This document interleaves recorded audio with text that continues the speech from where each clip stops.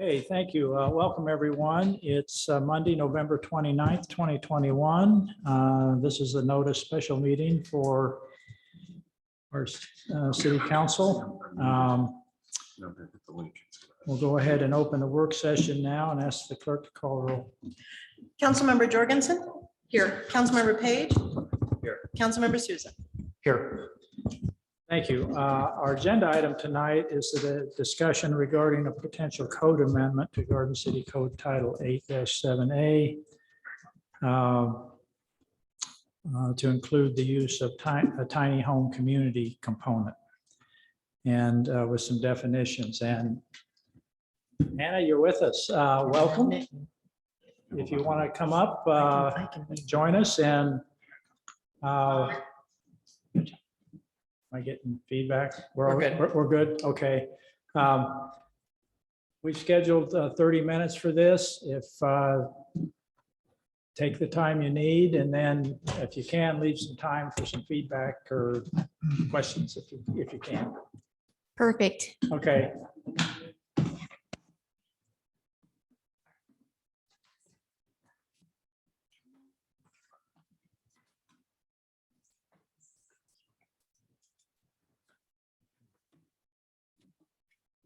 I think we might want to add a PowerPoint presentation, but well, I thought maybe Jenna was here. She was screen sharing that. Okay. Members Gotcha. of the council, I am here, and I'm certainly able to provide a quick presentation should the council desire. Yeah, what I thought I'd do is let Hannah present her proposal, and then hopefully we'll have a little time, Jenna, for you to chime in. But I wanted to make sure Hannah got time to get her proposal Perfect. presented. So, and for the audience, this is an informational proposal. We won't be making any decision on it this evening, but did want to get everybody exposed to it. So welcome. If Thank would you, give us guys. your name and address for the record. Hannah Ball, 215 East 34th Street, Garden City, Idaho. And for other presentations, we've kept it pretty informal to allow conversations. There's been a lot of information. And so what we've done is we've created a PowerPoint presentation to try to capture as many questions, concerns, feedback from planning and zoning, design review, and city council tonight. So hopefully we can track and then really start addressing or formalizing some of the more specific thoughts. So ultimately, I started looking at this code change proposal through the lens of affordability. And what I discovered was this is a thought or theory that a lot of cities have been having as to how they can fold in and incorporate some affordable solutions into communities. So ultimately, tiny houses have been around now for 10 years. And when we introduced this to some of the other bodies, there was just some high level things that we needed to define specifically per Charlie's memo or per Jenna, per design review. And so now we're really adding these solutions. So obviously looking at this text code amendment change through the lens of affordability, we have seen a lot of restaurants greatly impacted due to employee shortage and closure of a lot of our Garden City businesses. So once this affordability really kind of came home, we said, well, we need to find some creative workforce and affordable solutions throughout the community. And again, this is just one. This isn't the only option to affordability, but we think it's one that can be implemented pretty simply. And so as you notice these headings, these are some of the topics and some of the high level items that we've seen come in. So why tiny houses on wheels, or, we define them as throws, and that's tiny house on wheels. Specifically, it can be a solution to workforce housing. And a large item to mention or to look at here is tiny house communities can create good communities and a lot of open space and really foster that sense of community while adding affordability. And that's something that I've just personally seen throughout when there are other solutions to affordability, they don't always have the sense of community. They don't always have quality amenities and open space. This was, a question that Charlie brought up. Does state law prohibit Garden City from legalizing tiny homes? Short answer is no. We've seen them be demonstrated and are, again, many cities are having these conversations currently.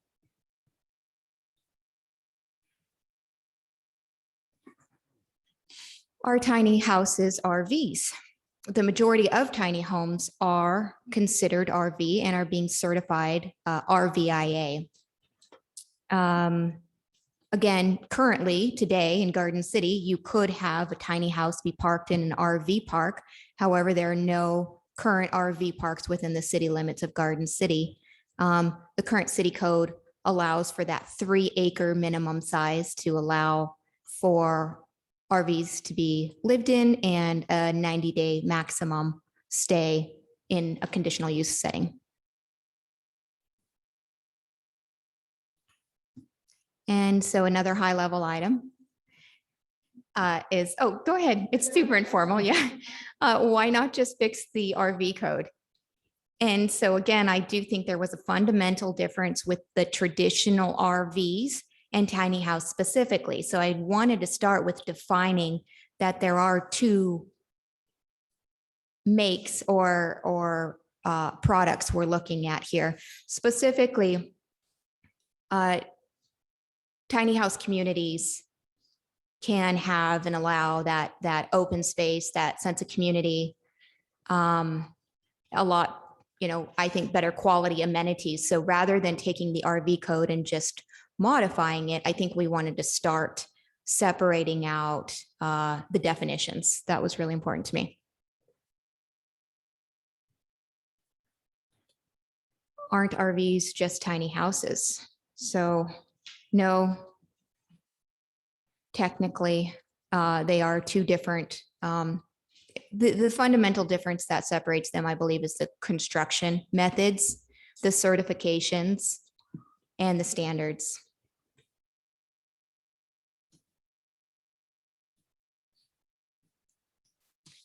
How does this fit into Garden City Code? Again, I think this is a higher quality, affordable model that can be easily incorporated.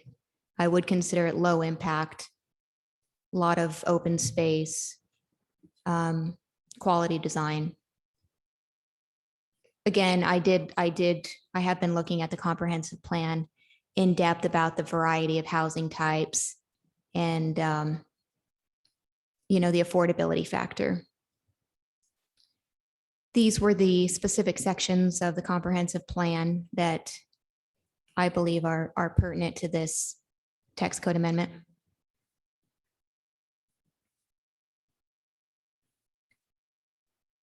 I liked specifically the continue to be a leader and set examples in the region and create a diversity of housing. I know that diversity in housing is kind of an interesting definition, but I do think tiny houses or some more flexible style of homes could be very appropriate in the future of Garden City. Again, another specific points I referenced from the comprehensive plan.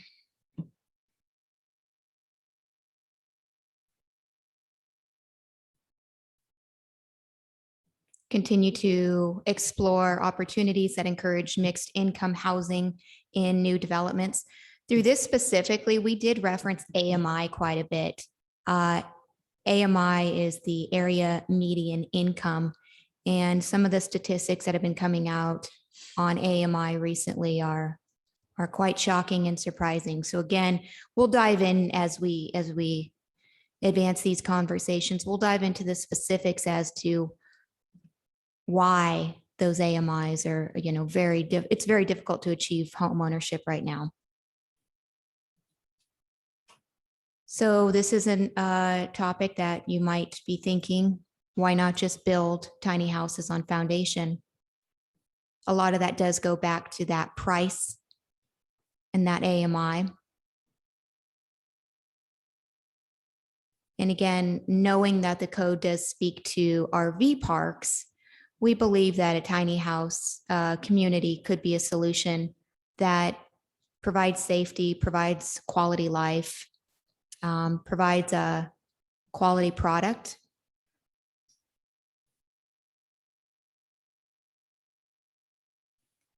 So again, in the conversation specifically related to pricing and AMI, it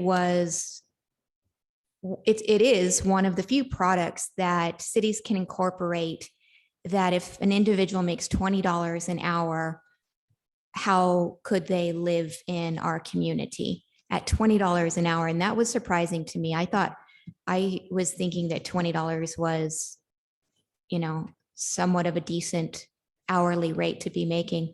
But at $20 an hour, there is no product. There's absolutely zero product type that an individual can afford in home ownership.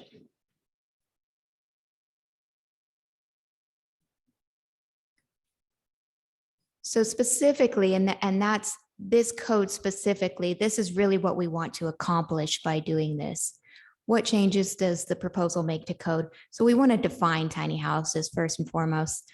We want to allow tiny house communities to exist in C2 and R3 zones where traditional mobile home and RV parks are currently allowed. We want to allow for tiny homes to be used as ADUs. We want to restrict density and preserve open space. We want to require water, sewer, and electrical hookups to tiny house communities. We want to restrict the use of traditional RVs in these communities. We want to create design regulations, and they could be new or existing, meaning we could borrow the landscape code, we could provide or use the setback code, we could provide or borrow the streetscape code and just incorporate this into these codes. So a lot of these code things, specifics, we're happy to use current landscape code or streetscape, whatever, but we just want to start with these kind of sideboards. And we want to regulate the site layouts with landscape and open space requirements. Here were some suggestions made by Design Review. They wanted to see other areas that have implemented these communities just on a US level, not necessarily full local. I think specifically they wanted to look at the language of the ordinance.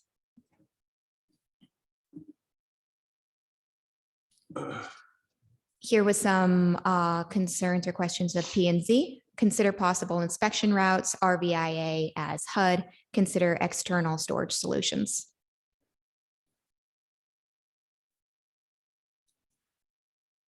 And suggestions made by staff, specifically what community amenities could be included. And then again, just that wording specific, consistent with code, and look into possible licensing requirements. Just some thoughts.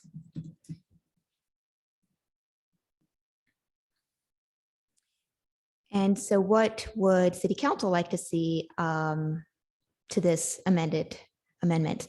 So, again, just want to open it up for a discussion on any questions you might have, thoughts, ideas, sideboards, kind of what you see this as solutions to affordability. Does in your analysis, did you find any indication how these are treated tax-wise? Are they licensed as units that can be towed, or how? I'm thinking of the property tax component.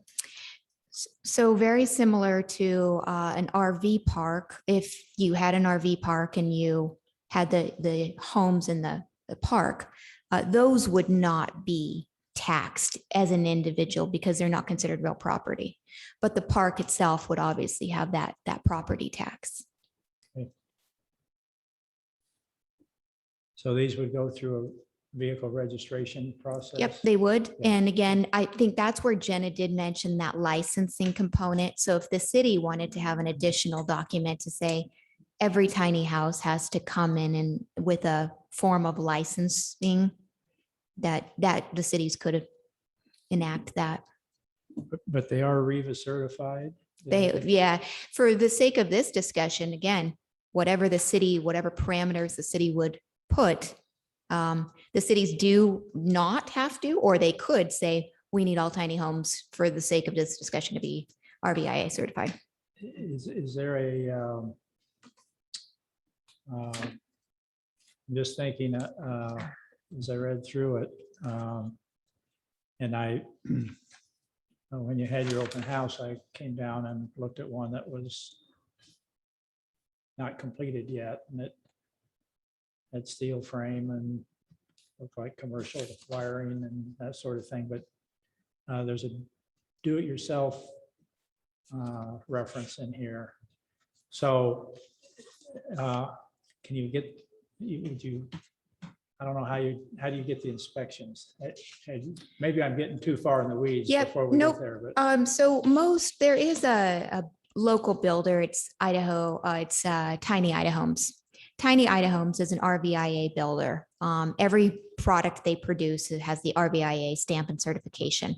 There are DIYers, but for the sake of this, again, if the city said, we're going to allow it, but we're going to allow it with these additional points, the city could say tiny homes have to go through a licensing procedure, and therefore, or in addition to, they need to be RVIA certified. okay. I was just thinking of inspecting the mechanical components, like any dwelling unit. Yeah, Okay. and so currently, it's also important to note that currently, if a property owner wanted to go open an RV park, there is zero inspection process. So there's no licensing, there's no certifications, there's no inspections. Mhm. Okay, the setbacks, anybody can chime in here. I just had some things that run off the top of my head. And a lot of material there, so if I got some of this mixed up, you'll straighten me out. But you had 5-foot rear and side setbacks, and the 10-foot separation between the sides, and then the rears if they were to back up each other. That the fire department's okay with that, or have you gotten that far yet? Those setbacks we used from the generic R3 and C2 code. So Okay. we were trying to kind of mirror Okay. setbacks standards. Okay. And then you reference in your presentation the target market would be for these to be owner occupied. That's correct. I mean, that would be, of course, the goal here, and it would be clearly stated that that is the goal, is to have individuals purchase their tiny houses. I can't, again, it does go back to that. How would we ensure that something like this continues? And again, we do believe in looking at Garden City as a whole, that it would be a small number of people that would realistically benefit. We have seen, and just through our conversations of outreach, we have seen that some of the employees at breweries and wineries would be most likely to use a product of this nature. Mhm. I mean, I'm not suggesting that you prohibit any of them from being rented. I just was wanting to make sure I understood that the goal is sustainable housing for somebody who will know the price won't go up next year, that sort of thing.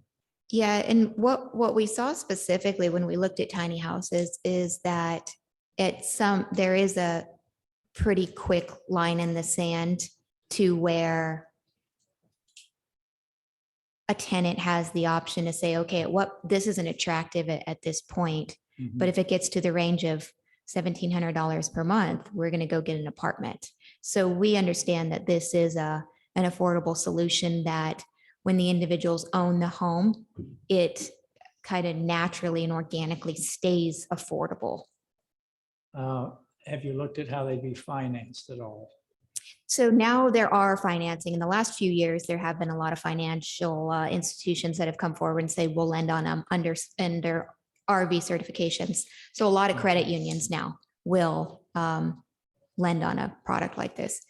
Mr. Mayor. Yes. Ms. Ball, thank you for your time and for your presentation this evening. I noticed in one of the slides you had an exclusivity clause about traditional RVs. What's the thought process behind that? And exclusive, like, kind of walk me through your The thoughts. slide said you would not allow traditional RVs. Yeah, so I think in defining what a tiny house is, and then in tiny house communities saying, you know, we think that there's a difference between a tiny house and a traditional RV. And the reason is tiny houses are built of more traditional styled materials. I think that's one of the main things. So I think saying we want to foster a sense of community, we want to provide a nice quality of life at an affordable price point. Starting that definition of saying RVs have low R value. They're made of aluminum materials versus wood with higher R values. So that is, I mean, again, we want to create safe, quality, wonderful community with open space and amenities in a great price point. That's more attractive and, quite frankly, better quality of life than RV living. But with the end goal of providing workforce housing, taking somebody that is employed at that $20 an hour mark who owns an RV or has access to RV of a friend or a family member, aren't we creating a barrier of entry by saying that one type of tiny home is allowed, but another type isn't? I mean, they look the same, they're both on wheels. I mean, sure, there's a distinction of materials, and that's obvious from your slides. But if the goal is to provide affordable housing in Garden City, why I guess is the only distinction the material difference? I mean, ideally, and in our section of code, we did say we would allow a 15% of traditional style. And as we've seen currently, there's no places or spaces where RVs are legal in Garden City. So we're trying to, and a big thing that I really did think about was even RV parks, they still have the black water dump stations. We're saying that all of these have to be hooked up to general city services at all times. And that, again, that does make somebody feel that their community is not, you're not moving your house to flush your black water. And so we're trying to start with kind of I think the most appropriate sideboards. And again, if you're like, hey, I think the number of 15% should be higher or lower, happy to get your thoughts on what's your thoughts on that 15%. And I'm sorry to interrupt. Were you done with your thought? Yeah. I don't think that there's any magic in a ratio. I just simply think if the goal is truly to provide places that are safe and attractive and a sense of community, a place where someone really wants to live, I hate to see people who are otherwise seeking that as a lifestyle to be prohibited by, sort of their house not being manufactured by the manufacturer of, the majority of the tiny homes on wheels in that neighborhood. I think, we strive for diversity of housing, and I just don't necessarily know that differences in materials is something that necessarily qualifies something as being diverse. It's a great presentation, and I'd like to hear more about that. And I don't, like I said, I don't think there's any magic to a ratio, but I definitely honor and respect the goal of providing affordability in Garden City. I know that my young loved ones cannot afford to live in Garden City. Yeah, and that's, you know, and looking at code, that RV parks are currently allowed within the 3 acres. Again, I did sketch what that section of code would look like, and I found that it didn't create a quality community that I think somebody would absolutely be proud to live in. And again, it's not, you know, I could add more sections to that style of code, but I think pocket communities that are created with tiny houses that have quality built material that are achievable at that 20% AMI and have amenities and home ownership are, you know, I think that this is a product that does foster a better sense of community than possibly the traditional RV park model. Thank you. Any other questions? We got Yes. 3 minutes. And so another thing, sorry, we're going to go back through for a second series of work sessions. So this doesn't have to be accomplished. We're going to go back through a full round. Yeah. We're okay. just trying to compile and then address it along the way. Sure. Go ahead. Who insures these? Does the owner insure it? Does the community? What's the insurance burden? So because this is considered personal property, my guess is it would be a private insurance policy to the owner, very much like a vehicle. So wherever you would get your insurance through, if you have an RV, that's the same method or insurance you would want to get, along with most like trailer parks or most RV parks have an additional umbrella over their communities as well. So my guess is it's going to be 2 parts of insurance. And when you reference quality amenities, can you offer up some definitions of that? So what we've done on this current section of code is we've required a certain amount of open space. And that's something that I haven't seen in any, well, I don't see it in Garden City current trailer parks. So when a trailer park is established, there isn't anything that says you need to have a certain amount of preserved open space. And so once that open space is created, I do think it could be, you know, a community garden, bicycle service and repair stations. I mean, the sky's the limits on amenities. I'm happy to think about that, but I would personally like to see, you know, 3 community amenities, just as we see in our traditional development code. I always do, you know, a pet park because I think the pet spaces are really important. But again, I would just say in the tiny house communities, you need to select 3 at minimum.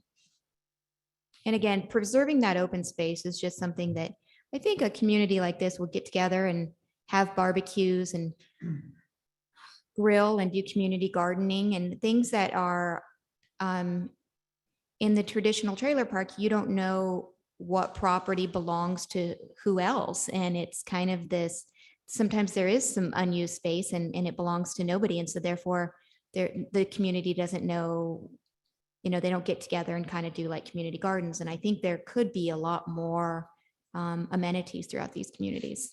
And we've seen them now be demonstrated, you know, kind of throughout the US with some really great amenities, just different things, you know, of course, it's kind of open to you as to what you want to see. Great, thank you. Yep. Well, we've consumed our allotted time. Thanks so much for coming and Yep. bringing this. And we have a copy of this presentation, I presume now. Yep, absolutely. We'll get you one. And again, we're going to have one full work session with City Council as well. Thank you so much, Okay. guys. I Thank appreciate you it. very much. That concludes our agenda for the work session. I'll now call the City Council meeting to order for Monday, November 29th, 2021. Ask the clerk to certify the meeting. This meeting has been noticed in accordance with Idaho Code 74-204. Clerk, call the roll, please. Councilmember Jorgensen. Here. Councilmember Page. Here. Councilmember Souza. Here.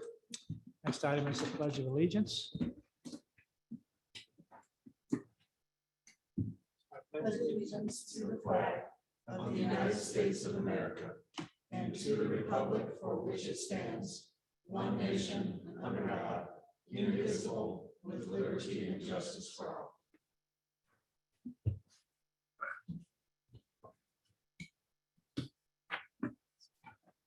Next item is changes to the agenda. We have none from staff. Okay, none from the council. We'll move on to the consent agenda. Mr. Mayor, I would move that we approve the consent agenda as presented. I would second. Got a motion and second to approve the consent agenda. Any discussion? Hearing none, the clerk call the roll. Councilmember Jorgensen. Yes. Councilmember Page. Yes. Councilmember Souza. Yes. Thank you. Special business. The Idaho Attorney General's Office is going to do a presentation regarding the opioid settlement distribution. And I assume, Charlie, who's with us? A Deputy Attorney General, Mr. Mayor. I can find the name. If you would, Hopefully she just volunteers. Oh, there she is. Yes, she's right in the middle waving at us. There she is. oh, okay, very good. Hello, can everyone hear me okay? There we go. Yes, we can. Welcome, and if you would, state your name and address for the record, and then you may proceed. Oh boy, well, I just started a new job, so I don't know if I can tell you the address. I'm Chantal Chapel Knowlton. I'm a Deputy Attorney General with the Consumer Protection Division of the Idaho Attorney General's office. I'm at 945 West Jefferson Street in Boise, Idaho currently. And I'm here today to talk to you all about some nationwide opioid settlements that the state of Idaho has entered into with Johnson & Johnson and some opioid distributors. And what I'm asking for really is two things today, what our office is asking, and I think these are on your agenda. We're asking that Garden City sign on to participate in the settlement agreements. In addition, we're asking that Garden City sign on to the Idaho Opioid Settlement Intrastate Allocation Agreement. And that agreement will govern how opioid settlement monies are split between the state and cities and counties and other local governments that decide to participate in those settlements. With that, did you all have any initial questions for me? If not, I have a PowerPoint presentation that I think is in your materials. I was going to go through very quickly. Why don't you go through the PowerPoint, and then we'll take questions. Okay, can you see the PowerPoint up on the screen? We can. Okay, perfect. So how this all started, back in 2019, the state of Idaho joined several other states and several local governments, some in Idaho, I believe Ada County, Boise, Pocatello, and some other cities, all filed claims, legal claims against certain opioid manufacturers and distributors for basically causing the opioid epidemic. And you can see the chart that is on the PowerPoint right here. In Idaho, we have seen a really rapid increase in opioid overdose deaths in Idaho since 1999. In addition, we've seen a large, an increase in opioid abuse. And what we believe and why we filed those claims is because we believe that's attributable to the actions of certain manufacturers in promoting opioid use and asking prescribers to prescribe more opioids, and in distributors for ignoring really the warning signs of misuse. So we filed those claims in 2019. The current settlements we're talking about are settlements with Johnson & Johnson, an opioid manufacturer, and three major opioid distributors, AmerisourceBergen, Cardinal Health, and McKesson. And these settlements, what the state of Idaho and the governor agreed to sign on to these settlements on August 20th, 2021. And since the state is signing on, all eligible local governments in Idaho now also may sign on and participate.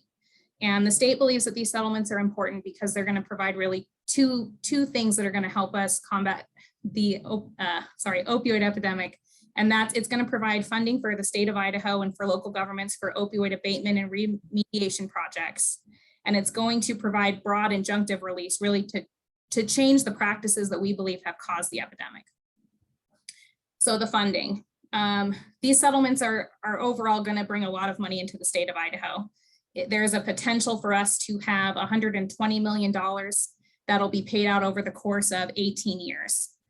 But the way that these settlements are set up is that they are very incentive-based, meaning that we only get that full $120 million if we get all eligible local governments to sign on.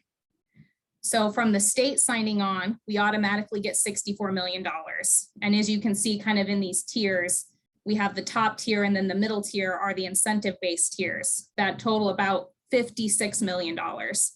And we can only get that money if local governments decide to participate. The other important thing to note is that this is not a lump sum payment. These payments are going to be made over the course of 9 years for the Johnson & Johnson settlement and 18 years for the distributor settlement.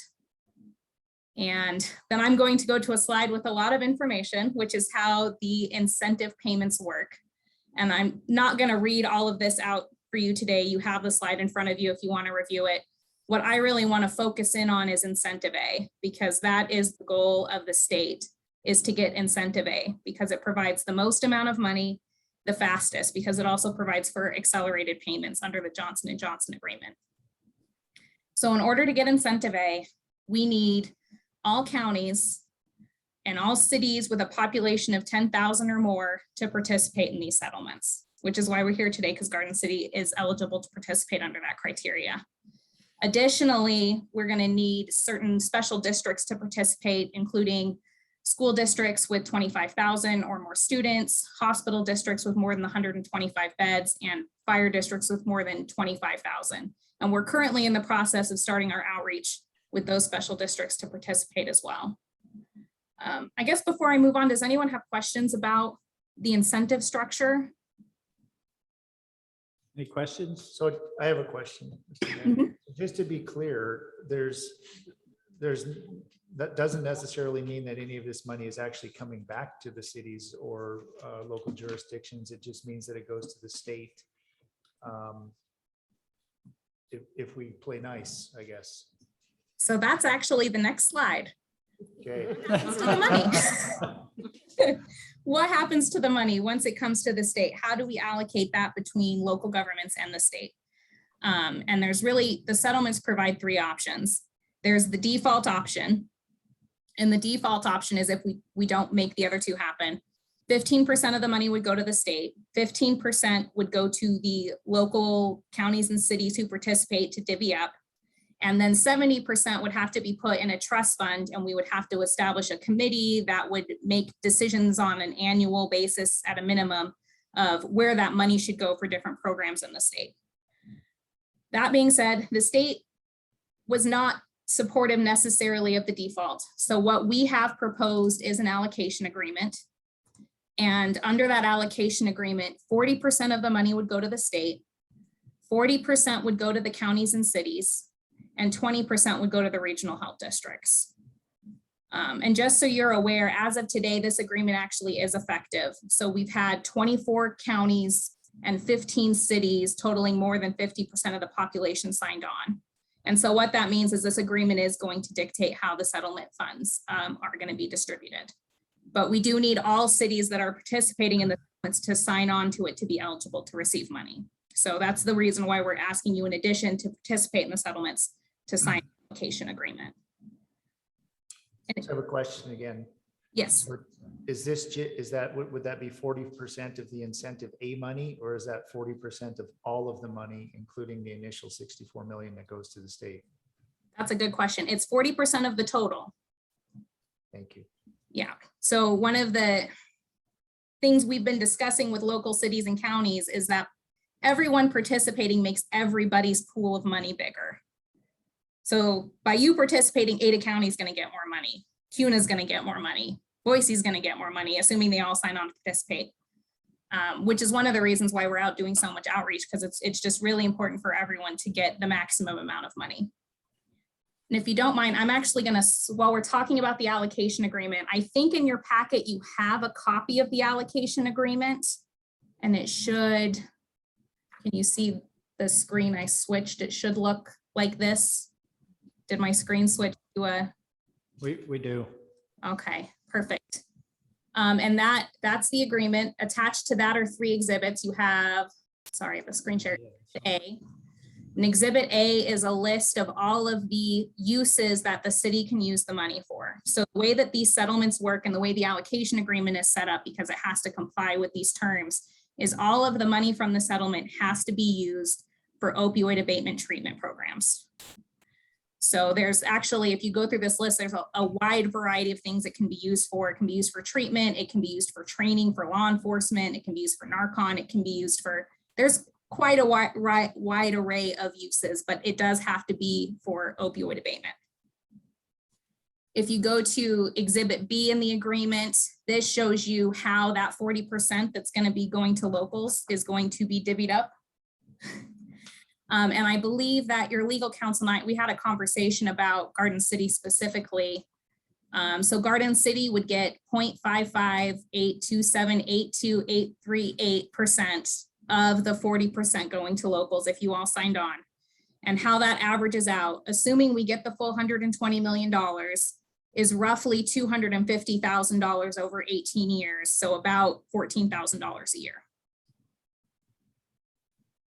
And then exhibit C, oh, I deleted exhibit C. Well, exhibit C shows the percent allocation to the regional health districts. And those are really divided up based on the allocation to the cities and counties within each health district's boundaries. Did you have any questions on the allocation between the counties and cities? Questions? I have a question, since you are referencing the attachment. In section C, payment of counsel and opioid, whatever, litigation expenses, bullet 6 references the parties agree that should a future resolution not provide for any payment of attorney's fees, the parties will confer and in good faith consider an amendment to this section. Mm-hmm. In consideration that some of the previous opioid settlements have been kicked by other Supreme Courts, what would this look like if it gets kicked, and what would Garden City's liability be for attorney's fees? So I think, can I just clarify to make sure I'm understanding the question? I think what are you asking? What if a court kicks out the settlement? Correct. So Garden City is not going to be liable for any attorney's fees for the defendants by signing on to the settlement agreement. So this is different. This is not, you're not agreeing to file a lawsuit. In fact, you're doing the exact opposite by participating. To participate in the settlements, you would be signing a release that says, I'm not going to sue Johnson & Johnson or AmerisourceBergen or McKesson or Cardinal Health for opioid related claims. That's what the city would be doing by signing on to participate to the settlement. And in exchange for that, the defendant would be giving you the money. So this is not filing legal claims against the defendants. Does that make sense? Yes, but if it makes it to the Supreme Court and is overturned and then we have to litigate, is Garden City responsible for legal fees? So are you referring to the cases in Oklahoma and California? Yes. So those are not settlement agreements. Those are where they actually went to court and litigated. So that's a situation where, like Oklahoma specifically, didn't sign the settlement agreement. They chose to go to court and litigate against Johnson & Johnson. And what happened is that got overturned. That's not the same process with a settlement. This is a contract. So this isn't something, it's hard to say because there is going to be court approval because we're going to have a consent decree entered that just basically makes sure that the court can then enforce the injunctive relief. But it's not something that Johnson & Johnson can come in and say, hey, we don't agree with this settlement anymore. We're going to fight it to the Supreme Court. That would be breach of contract. Do you see what I'm saying? There's a difference between pursuing the legal claims in court and signing the settlement. Yes, I understand. Thank you. Yep, no problem. Where were we at on this? So what I'm looking at now, and I don't know that this made it to your packet. We've made a fact sheet that kind of summarizes the allocation agreement. So I just wanted to go through that really quickly with you to see if, just so you kind of have a high level understanding of what's going on. And honestly, I actually think we covered most of this already. We covered how the funds are going to be split up. What's going to happen with the funds as well is that off the top of the money that's being allocated, a certain amount of funds is going to go into an attorney fee pool to pay the attorneys that have been negotiating this agreement and for everyone.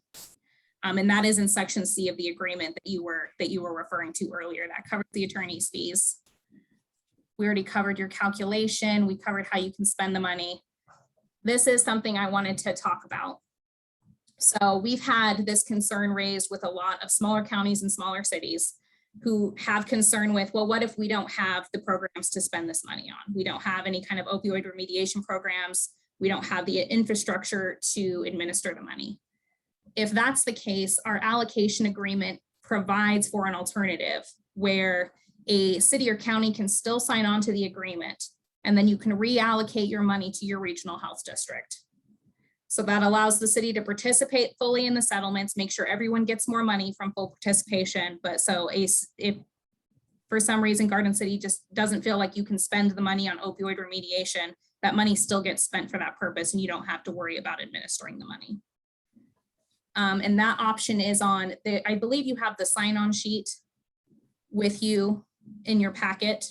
You'll see there's two parts to it. The top part is the signing on to the allocation agreement, and then the bottom part allows a city or county to reallocate their money to their health district. And it's completely voluntary. We've had a few cities and counties that have chose to do so. I've had a few cities and counties that have talked to me also about wanting to keep the money for a year and then maybe decide next year if they can't figure out how to use the money to reallocate it to their health district next year. And that's an option also if that's something that you all want to do. Did you have any questions about the reallocation?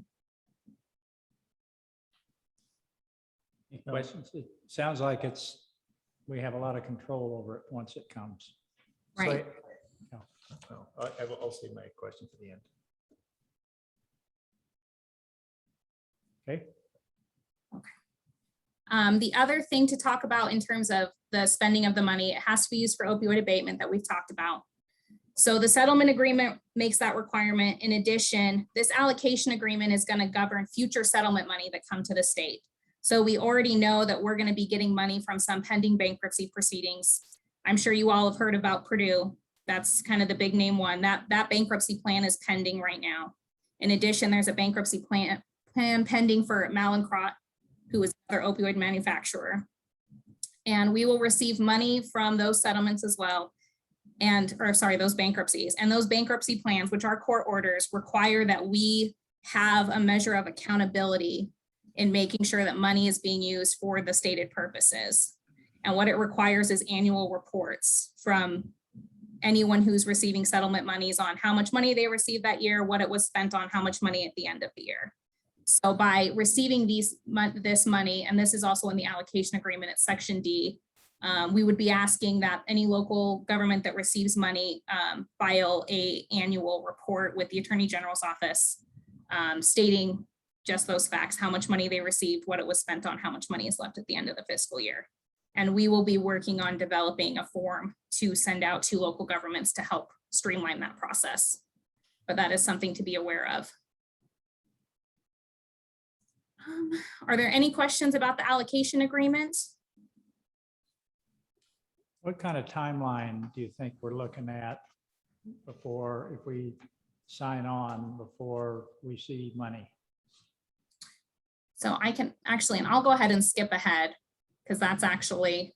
Well, I'm sorry, if you weren't through, go ahead through your presentation. We'll pick it up. No, it's fine. I don't mind skipping ahead. This is the second to last slide on here, important dates. So participation in the settlement, we need to have by January 2nd. We need to have the participation forms done, allocation agreement signed. And then after that's done, it goes back to the defendants to determine, hey, do we have enough participation to move forward? And after all of that happens, the first payment should be going out April 2nd of this year. We'll get a payment April 2nd, we'll get a payment July 1st, and we'll get a payment July 15th.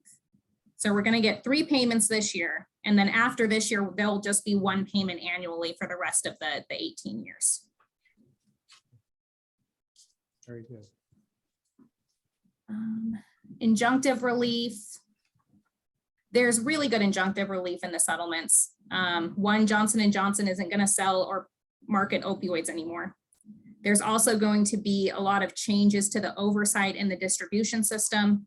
There'll be more accountability. There will be an independent monitor monitoring how opioids are distributed, as well as a national database that's going to be fully funded by the defendants in this case to make sure to stop misuse of opioids.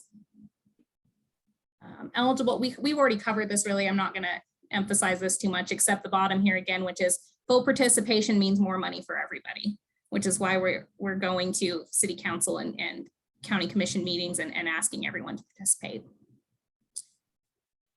In terms of logistics on how to participate, we're doing the first one right now, which is, asking for board approval to participate in those resolutions. And then someone would need to sign the participation forms for the settlements. Again, and by signing those participation forms, you'd be agreeing to release all of your opioid related claims that the city might have against Johnson & Johnson and the 3 distributors. And then in addition to this, I should add, we're asking you to sign on to the allocation agreement, which we have listed as a separate action item.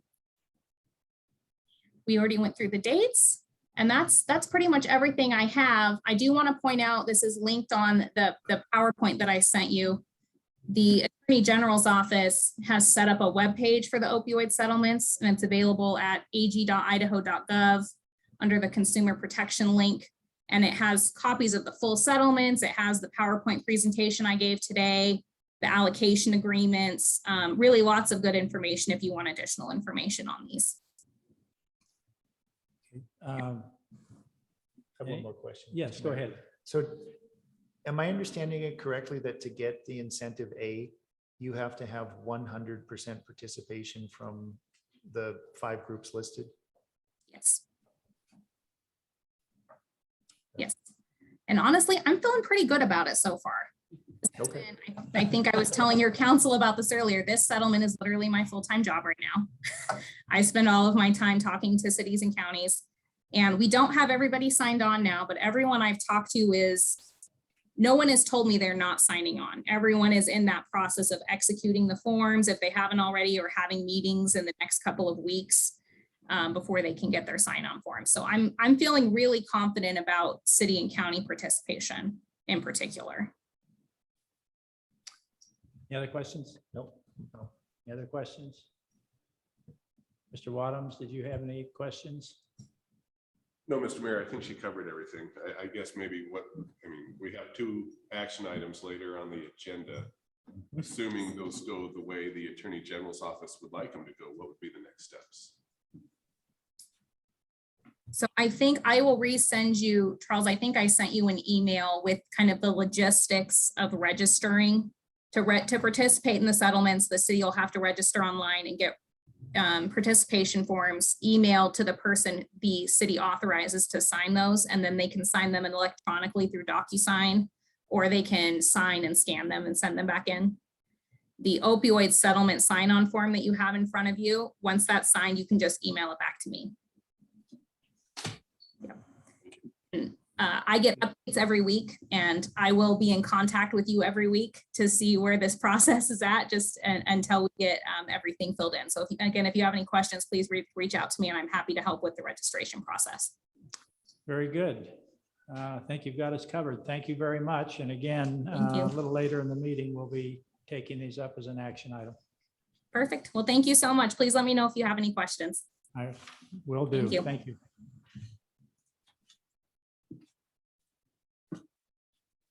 Okay, next item under special business is the draft 2021 year-end financial statements. Those are in your packet. Lisa, you want to do a high-level overview? Yes, Mr. Mayor, thank you. Members of the council. This is a draft unaudited version of the September 30th fiscal year 2021 year-end financials. There won't be a lot of changes. We do have one more property tax payment coming that will count towards fiscal year 21. But other than that, we don't anticipate any changes. And that amount's usually a small amount within $1,000 to $5,000 range. Just on the few items I'll highlight, we did see, as all cities, we're seeing, I'll go through the revenues in, sorry, I'm letting Jenna in. The revenues on page 72 of your packet, starting in the mayor and council.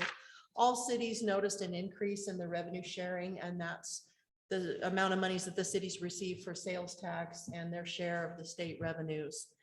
We received 136,000 over budgeted revenues. And again, that was anticipated, but even a little higher than we had thought. Conversely, interest income was down. We all knew that interest rates went down sharply during the pandemic, so we did see less income there. We had our CARES Act revenue that came in this last year.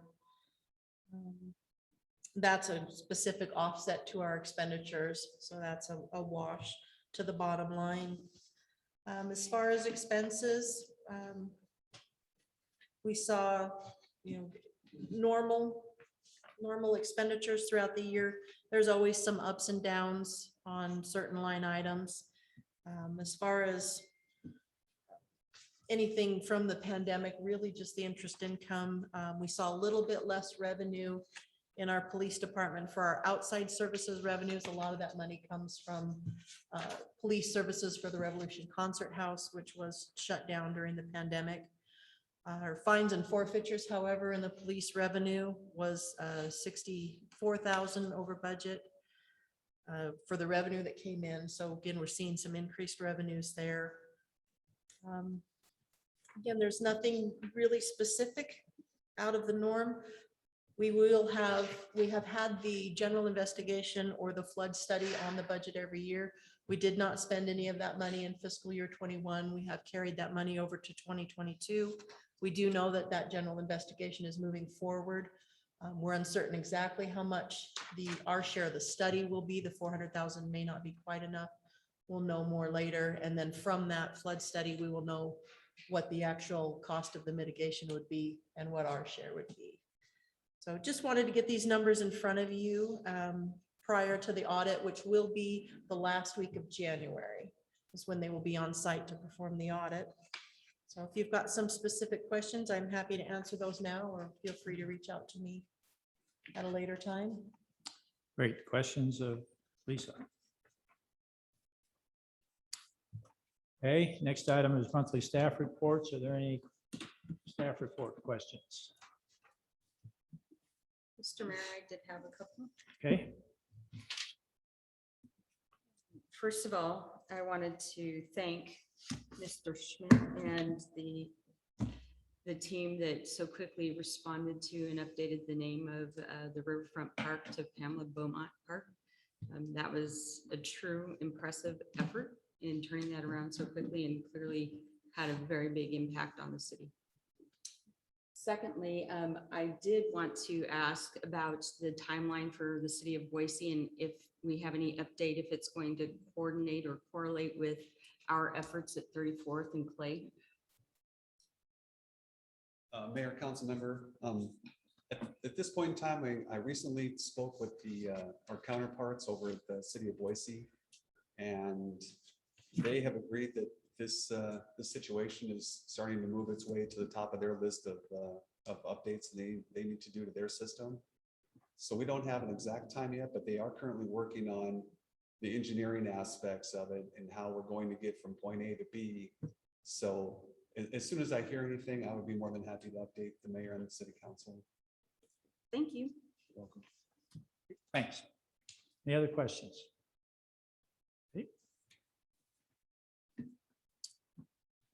We'll move now to item G, ordinances, resolutions, and contracts. Item 1 is a request for reconsideration of an appeal opinion of DSR FY 2019-25 during city council heard on 10/11 2021, with the opinion being formally approved on 10/25/2021. I see on our virtual attendees, Ms. Butler, are you handling this or is someone else with the presentation?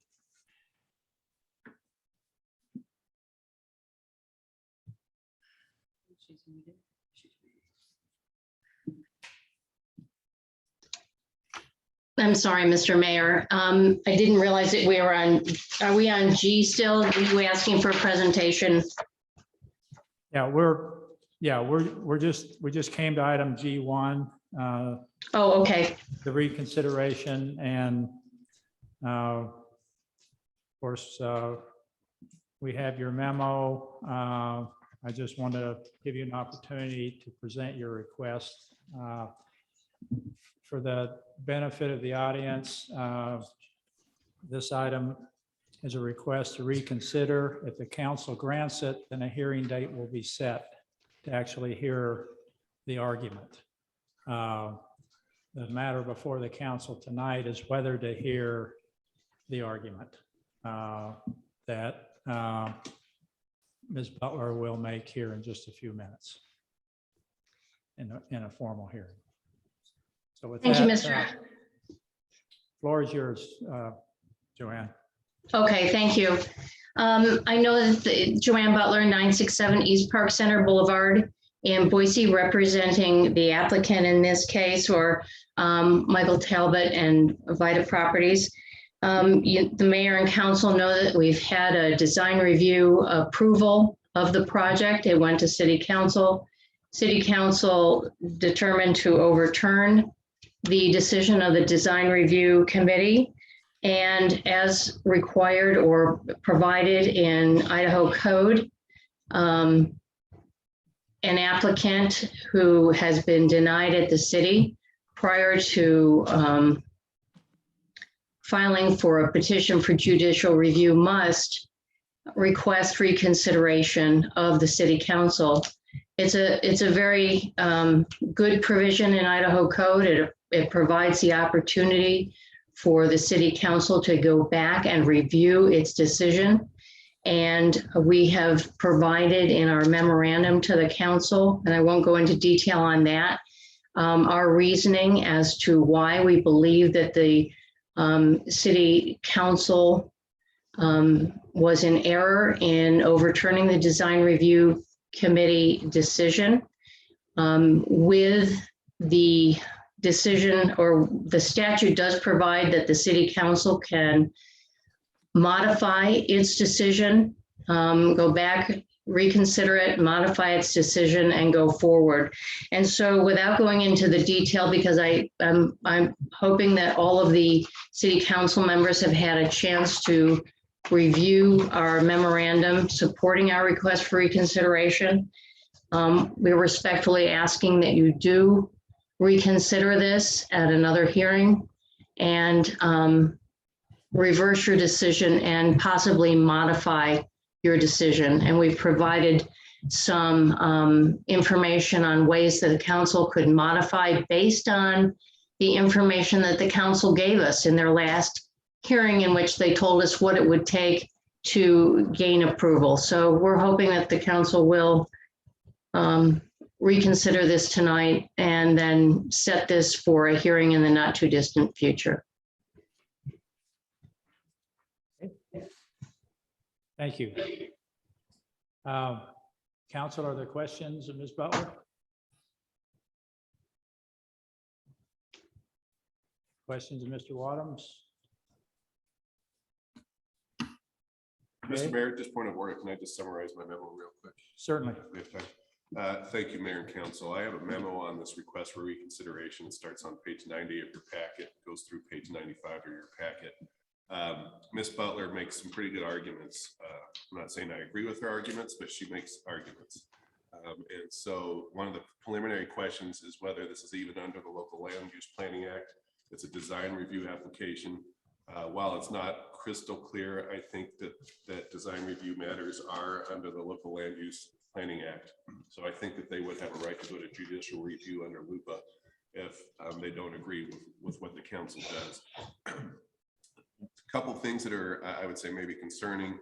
There's one thing in the decision document that is missing, LUPA. So if this is under LUPA, the decision is supposed to specify the actions, if any, that the applicant could take to obtain approval of the application. And that is just not in the decision. So I would say probably think about reconsidering this so that that could be in the decision document. And then she makes, without getting into the merits of the arguments, she makes some pretty good arguments. She points out two basic errors that she thinks were made. She makes significant argument in her request for reconsideration. I don't know how many pages that is, but maybe 10 pages. And there's some legitimate arguments made in that. So I would say I would lean towards reconsidering it. Just if you're asking me what my legal advice is, I think I'm not asking the council to change their decision or anything like that, but this is one where the council may want to consider reconsidering it. Thank you. Any questions, council? Mr. Mayor. Yes. Thank you, Mr. Mayor and Mr. Wadums.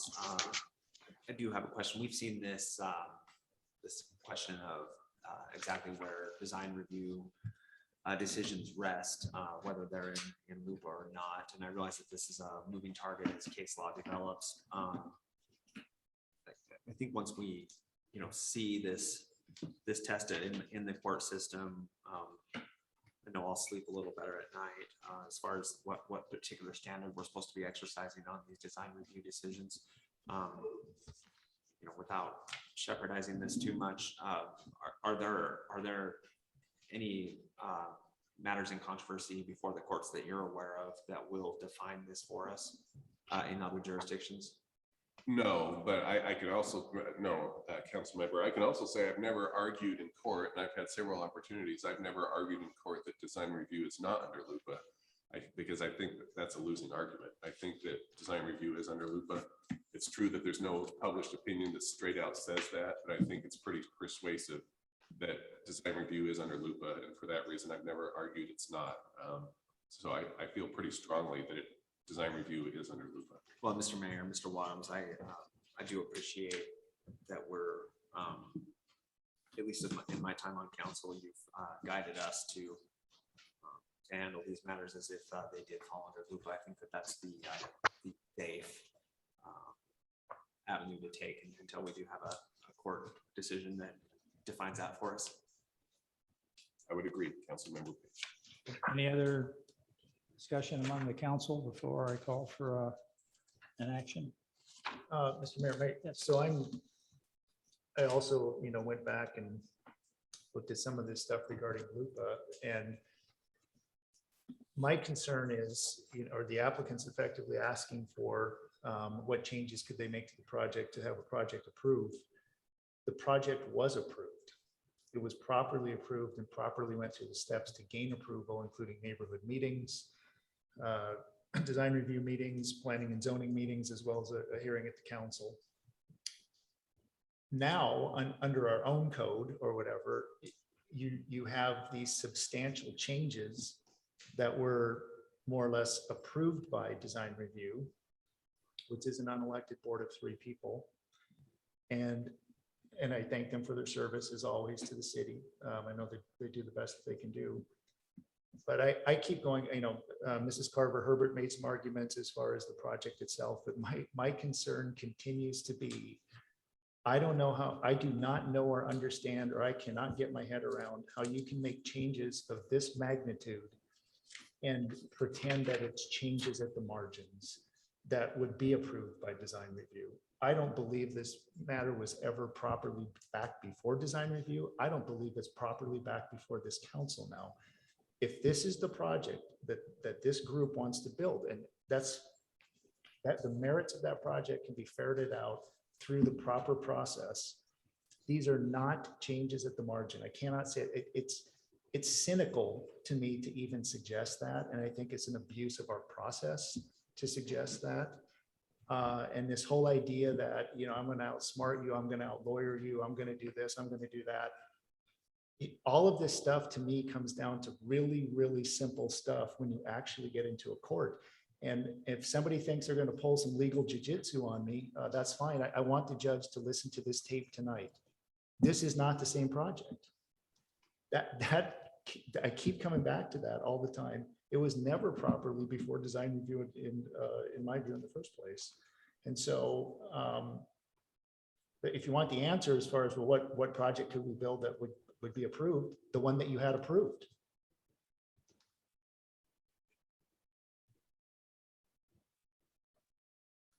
Okay, other Mr. Mayor, debate? Yes. and without diving into the merits at this moment, because that's premature indeed, I will say in reviewing the applicant's memorandum in support of reconsideration, I for one misunderstood a cross-parking agreement. Now that I read this memorandum, which I think does a better job of explaining that, we do have a classic benefit and burden agreement that I see in here. And I mistakenly believed the cross-parking agreement to benefit the project before us, when in fact it burdens the project before us and benefits the Boardwalk Apartments and 406 Place projects, which are yet to be forthcoming. And in fact, we don't know that there's a cross-park agreement that will be forthcoming. However, in the last hearing where this was before us, I for one very much misunderstood that, and that was one of the 2 points. That's my comment. Okay. Anything else? Okay, what's the pleasure of the council? Mr. Mayor, Yes. I move that we reconsider this project. I would second. Got a motion and a second to grant the reconsideration of DSR FY 2019-25. Is there further discussion? Hearing none, the clerk call the roll. Councilmember Page, Yes. Councilmember Souza, No. Councilmember Jorgensen. Yes. Thank you. Are we prepared to set a hearing date tonight? Ms. Butler, do you have a request for a hearing date?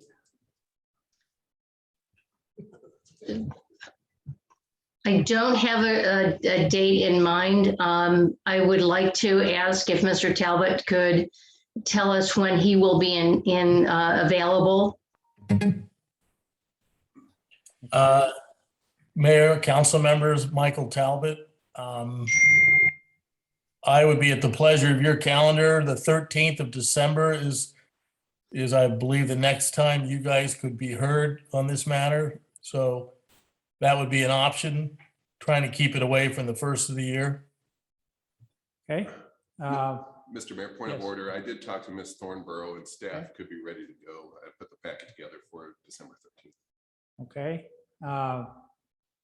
Sounds like probably ought to, just to keep this real clean, council, set a hearing date for December 13, 2021. Mr. Mayor, Yes. if I may interrupt, do you anticipate having a candidate before the council for ratification of our vacant city council position prior to the 13th? I do feel that more eyes on this is a project of this scope is important. I certainly hope to have a candidate before the city council for the 13th. Whether that candidate can be beamed up on this or not, I can't tell. I mean, this is, I guess that's. Mr. Williams, do you have any input on that?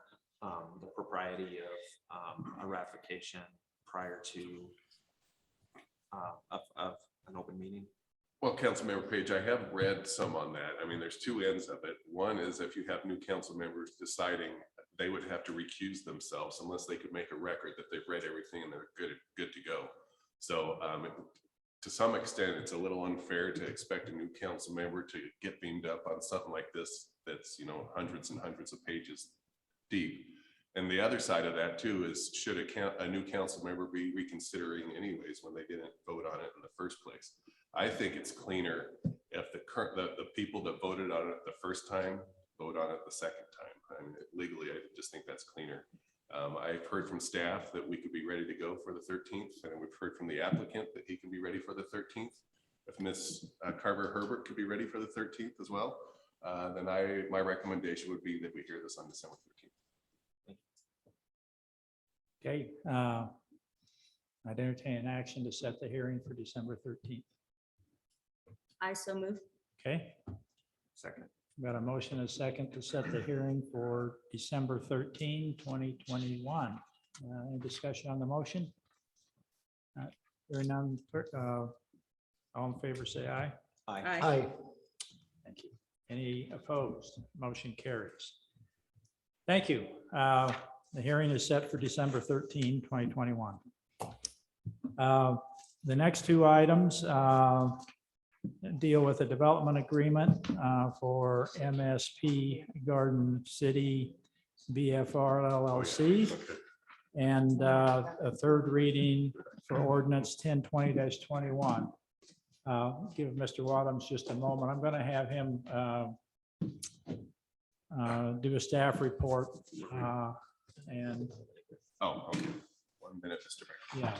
yeah, Okay. these kind of go together. So I was going to have him. Thank you, Mr. Mayor. My memo is after the development agreement in the packet, which is fine, but I have one memo that covers two things. My memo covers the development agreement on this project, and my memo covers the rezone on this project. And so my memo starts on page 141 of your packet. And it, like I said, it covers both the development agreement and the third reading of the ordinance. Council is present. Jeff Bauer, he's present here representing the applicant for the rezone.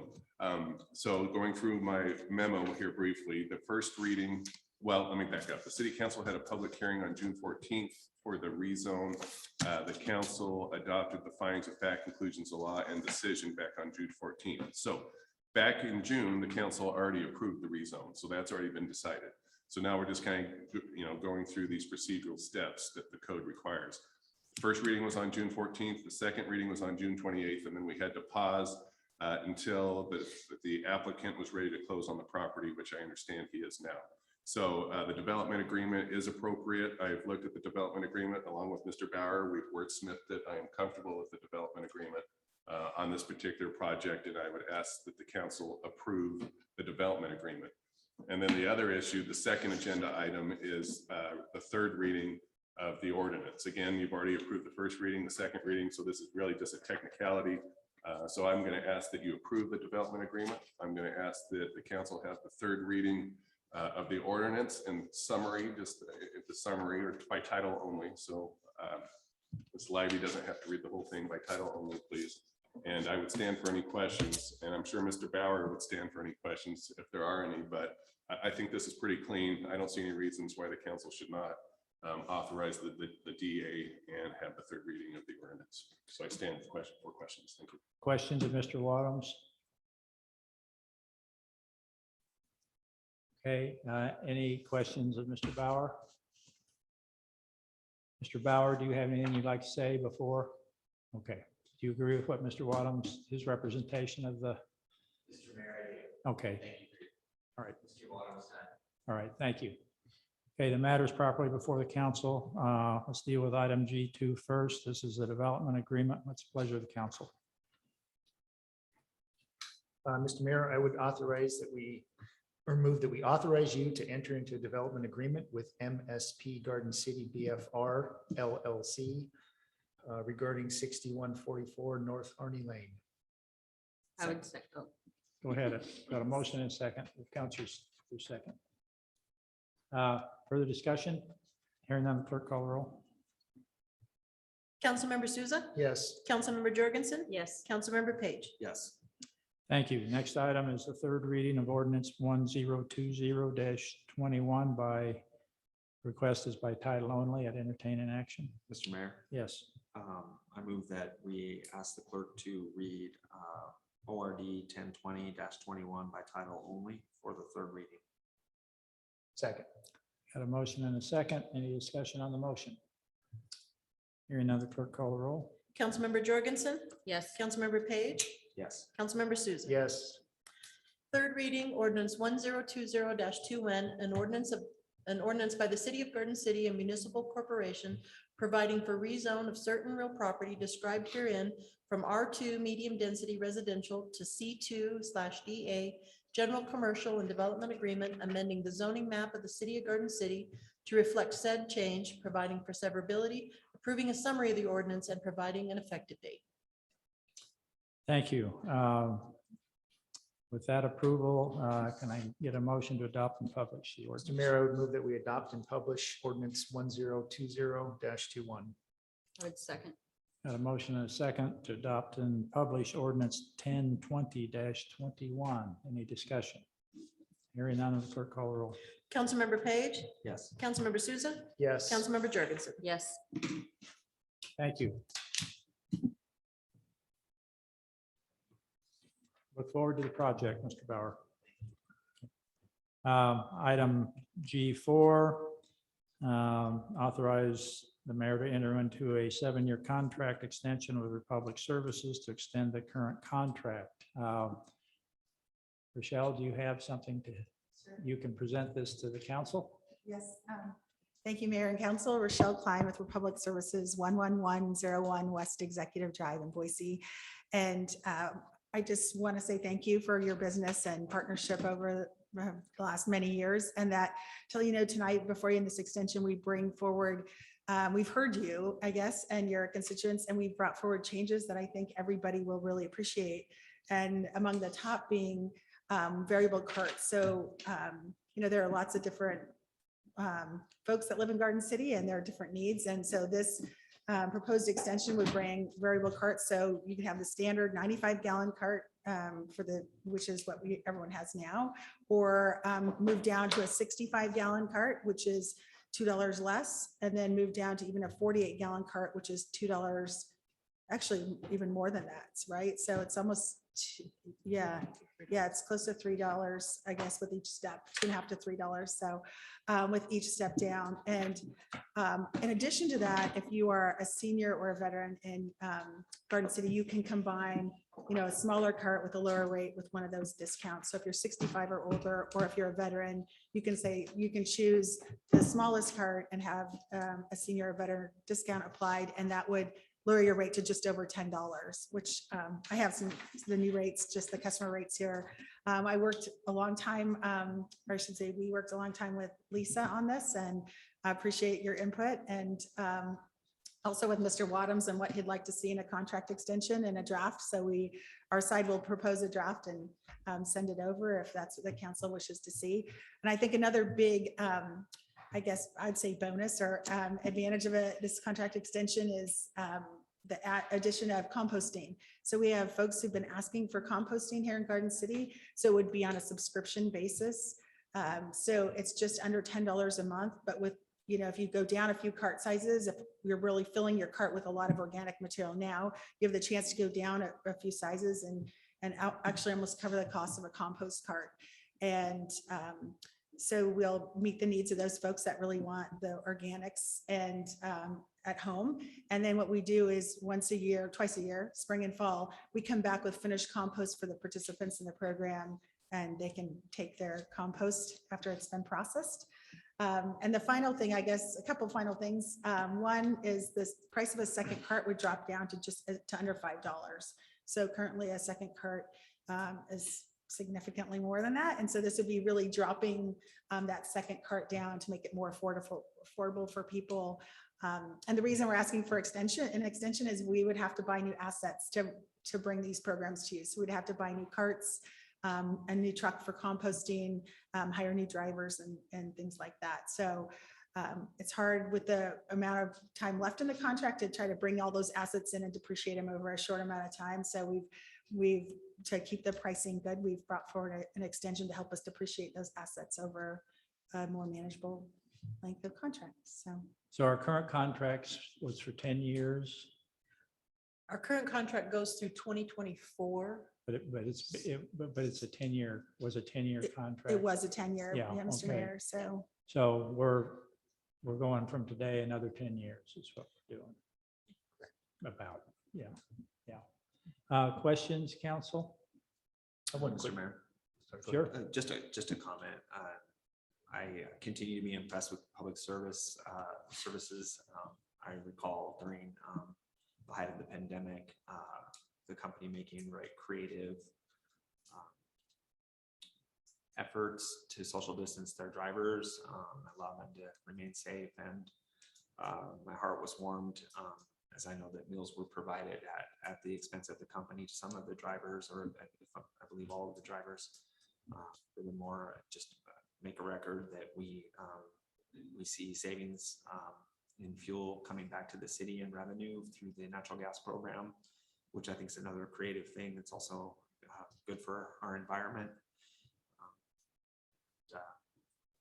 Just happy to have partners like Republic Services, and hopefully we can extend this contract to provide additional assurances for this composting program. I do have several constituents that are asking about that still.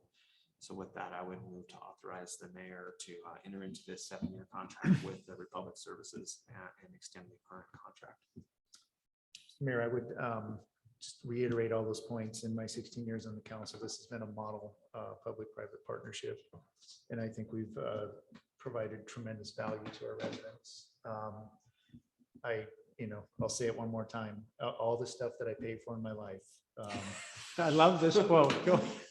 That trash ferry shows up for about $4 a week. I think it's amazing. It's the best value of anything that I pay for. So, but thank you for being so responsive over the years at my time up here, and for being a great partner to the city and our residents. Is that a second? That's a second. Okay, That's a discussion. enthusiastic second. Yes. Mr. Mayor, council members, and Ms. Klein, I just want to further make a comment that having just completed a campaign cycle and hearing from quite a few constituents that they wanted composting, I am very, very excited to hear that be included in this contract extension. Thank you. I've got a motion and a second. Before I call for the vote, procedurally, we don't have a contract, so this vote would be to authorize us to enter into a contract that Mr. Wadhams will certainly review and be sent out in case there's any questions that you might have. But barring that, we'll charge ahead. Is that accurate, Mr. Wadhams? It is, Mr. Mayor. I just need some more information and I know I'm going to get it. So I have no concerns. And we're going to get it worked out. Okay, thank you. Okay, I've got a motion and a second. Is there further discussion? Hearing none, will clerk call roll? Councilmember Souza, Yes. Councilmember Jorgensen, Yes. Councilmember Page. Yes. Thank you. Thank you. I Thank you, appreciate it. Rochelle, Thanks a lot. and those two gentlemen that work for you. Correct. Okay. Okay. Next item is item G5. This is an authorization to register and sign a participation agreement for national opioid settlements that we were briefed on earlier in the meeting. Is there any pre-action discussion that the council would like to have on this? Mr. Mayor, Yes. I have some concerns about this. On its face, this looks like free money and similar to any number of class action agreements that most of us have signed and participated in at some point in our life. And, put your signature on there and say that you won't sue the defendant. And, 30 days later, a check for $4.15 shows up in your mailbox. And most of us don't even really read what the action was before us. My concerns here are sort of twofold. I took some notes here. There we go. So if I understand this correctly, the deputy AG estimated our receivables on this to be about $14,000 a year. And as part of that, if we also sign the allocation agreement, we would be encumbering the duty on this city's staff to fill out an annual report to talk about the measures we took to mitigate opioid damages in our city. Without raising hands, anybody that's gone through any sort of rehabilitative program knows it's rather expensive. $14,000 wouldn't treat one person for 30 days.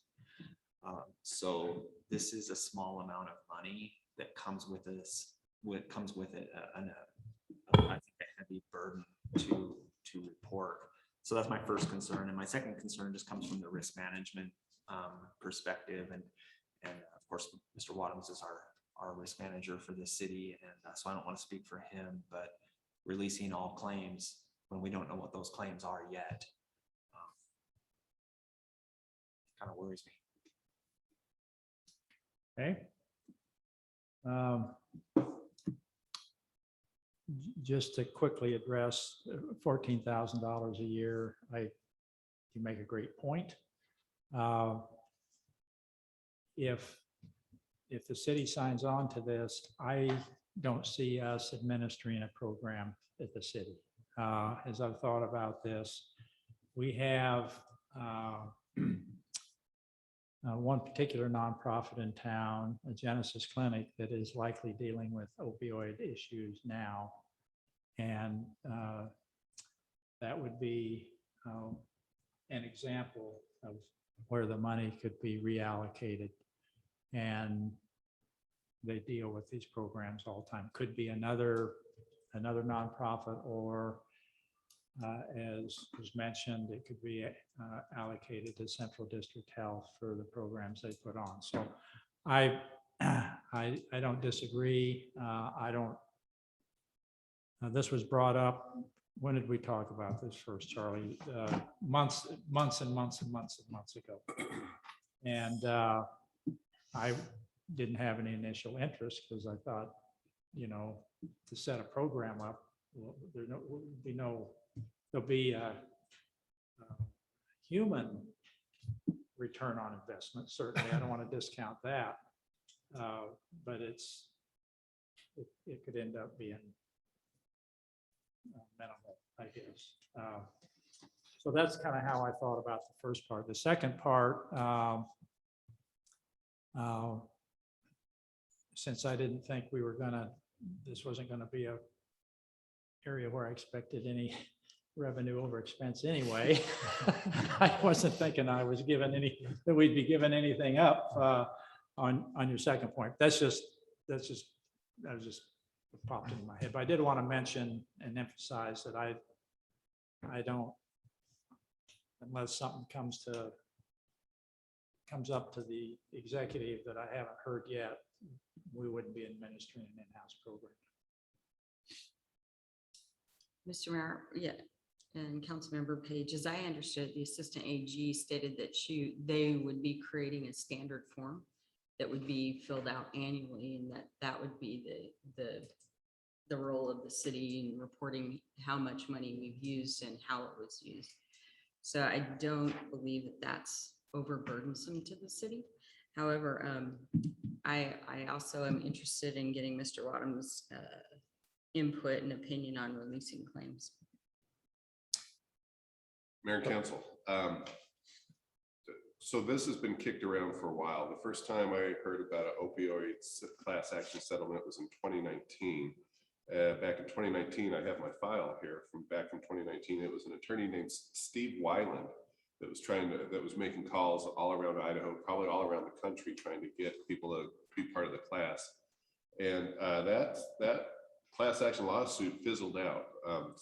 So this one we have in front of us is a new one. This is one that our Attorney General is involved in. It's not a private firm. It's our Attorney General's office that's involved. Releasing claims, I don't know of any potential claims. I haven't heard of any potential claims. That's always a concern, is are we releasing something that we don't know about yet? And I don't know. I really don't see a downside on this, honestly, other than we're waiving any future claims, but I'm not aware of any future claims. Back in 2019, they were talking about how to prove your damages, they wanted the cities to prove damages. In this settlement, we do not have to prove our damages. We've heard the Attorney General's office say that there is no liability for attorney fees. So hopefully that's accurate. I have no reason to believe it's not accurate. So from a legal perspective, my preliminary review is I don't see any downsides. I haven't gone through page by page. I've done a preliminary cursory review, but I really don't see any downside at this point in time. But you'd have there's material she needs to send that you still need to review. Right. And I have quite a bit of it. She Okay. didn't contact me until 2 weeks ago, but I mean, Okay, and I thought she said they had a deadline sometime in December. So we scheduled it for the 19th and that didn't happen, but we're coming right up on a deadline. right. They're have a very aggressive schedule. Right. I see. But my point was, if an alarm went off I for could some pump the brake- reason, I'd pump the brakes on it. you'd pump the brakes on it. I can, when I talked to the Deputy Attorney General, Chantel Koppel-Knowlton, who presented, she said, I believe she said that Meridian signed off. I asked about the other cities in the county. I believe she said Meridian signed off, CUNA signed off, but Boise had not yet signed off. So I thought that was interesting that Boise had not signed off. I don't know where they are in their process yet. I think, well, I won't say. I talked to the mayor of Boise today about this, and I thought they'd actually received money. And they may, I mean, I talked to her. I may have misunderstood. So I talked to I don't her want on to the- get specific because I'm on the record here and I may not be correct. So, Yeah, when I talked to her on the 17th, from memory, that's what she told me.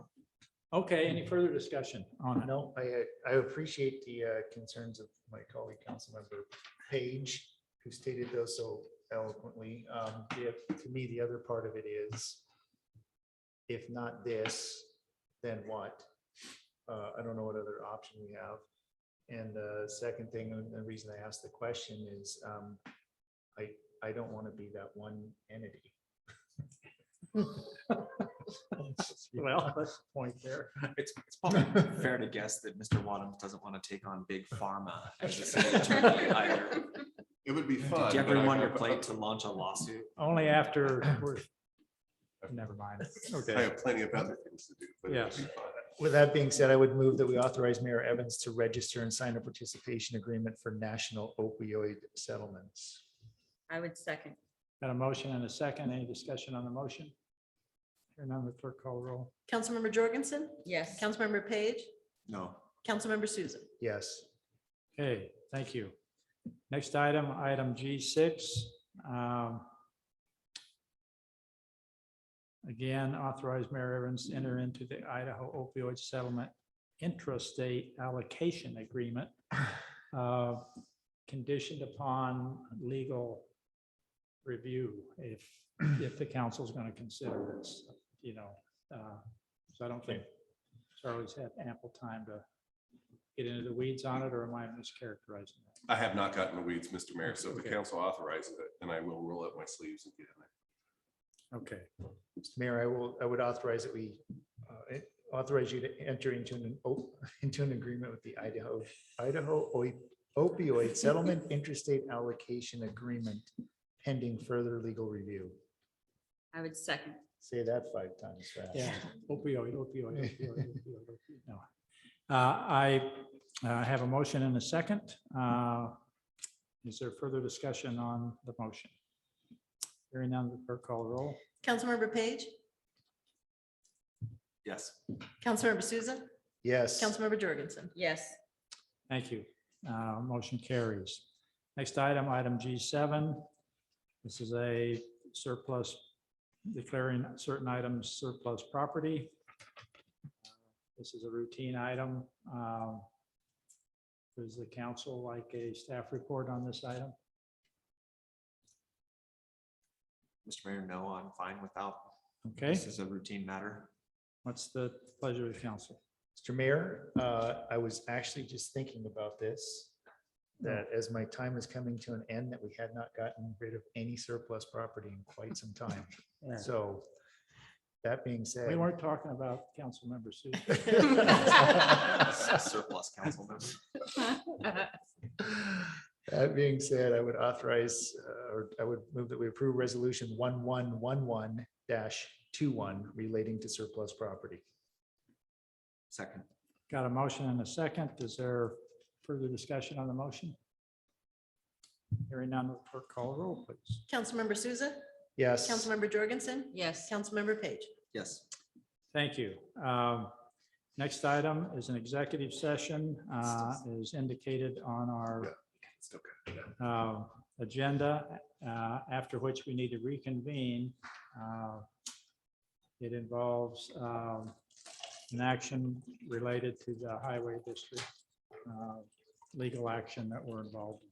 So, Mr. Mayor, yes, I move that in accordance with Idaho Code 74-2061F, we enter executive session to communicate with legal counsel for the public agency to discuss the legal ramifications and legal options for pending litigation or controversies not yet being litigated but imminently likely to be litigated, after which the regular city council meeting will reconvene for potential action.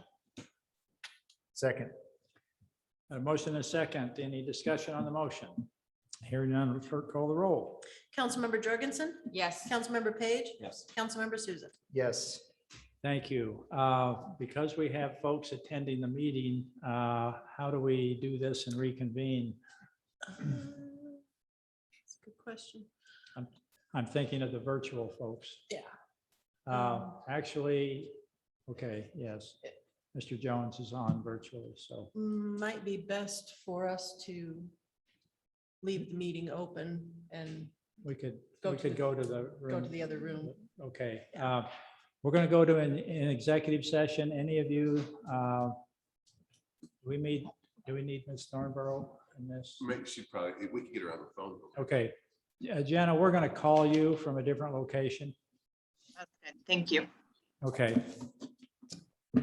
Okay, we're going to recess into executive session, after which we will come back here and reconvene.